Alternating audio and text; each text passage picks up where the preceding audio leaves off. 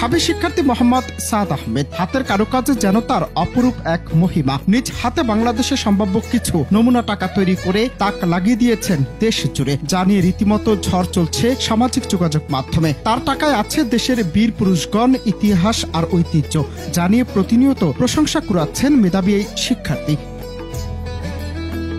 তিনি ইতিমধ্যে ডিজাইন করেছেন এই নতুন 50 টাকার নোটটি, যা ইতিমধ্যে সোশ্যাল মিডিয়ায় ঝড় তুলেছে। কেউ কেউ বলছেন নোটটির ডিজাইন এতটাই ক্লাসি, আধুনিক এবং স্টাইলিশ যে এক নজরে আমাদের দেশের ইতিহাস, ঐতিহ্য এবং সৌন্দর্যের প্রতিচ্ছবি বহন করে। বলছেন অনেকেই জানেন না, একটি টাকার নোট শুধু সৌন্দর্য দিয়ে তৈরি হয় না, এর ভেতরে থাকে অসংখ্য সিকিউরিটি ফিচার যা নকল প্রতিরোধে অত্যন্ত কার্যকর। এই ডিজাইনটির ভেতরে যদি সঠিক সিকিউরিটি ফিচারগুলো যুক্ত করে প্রিন্ট করা হয়, তাহলে এটি হতে পারে বাংলাদেশের সবচেয়ে আকর্ষণীয় এবং আধুনিক নিরাপদ নোট।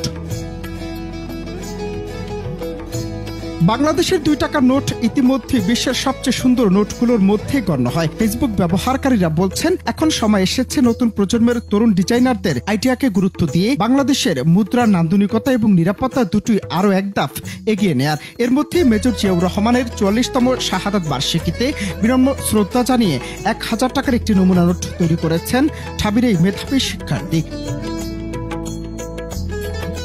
শুধু তাই নয়, তার এই নমুনা টাকার সৌন্দর্যের অববাহিকায় জায়গা পেয়েছে দেশের ইতিহাস, ঐতিহ্য এবং যুগ যুগের ঐতিহাসিক স্বাক্ষরকারী বীর পুরুষগণ। তার তৈরি ভাইরাল নমুনা টাকার নোটটি সামাজিক যোগাযোগ মাধ্যমে পোস্ট করে সাদ লিখেছেন, বাংলাদেশ ব্যাংকের নতুন 50 টাকার ইউরোপীয় স্টাইলে ডিজাইন করলাম নমুনা ব্যাংক নোট।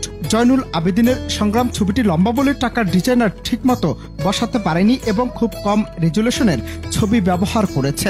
সংগ্রাম ছবিটির মতো লম্বা ছবি ইউরোপীয় স্টাইলে কিভাবে ব্যাংক নোটে ডিজাইন করতে হয় সেটির একটি নমুনা দিলাম। আর এতেই যেন হাজারো মানুষের মনের গহীনে আলিঙ্গন পেলেন ঢাবি শিক্ষার্থী সাদ।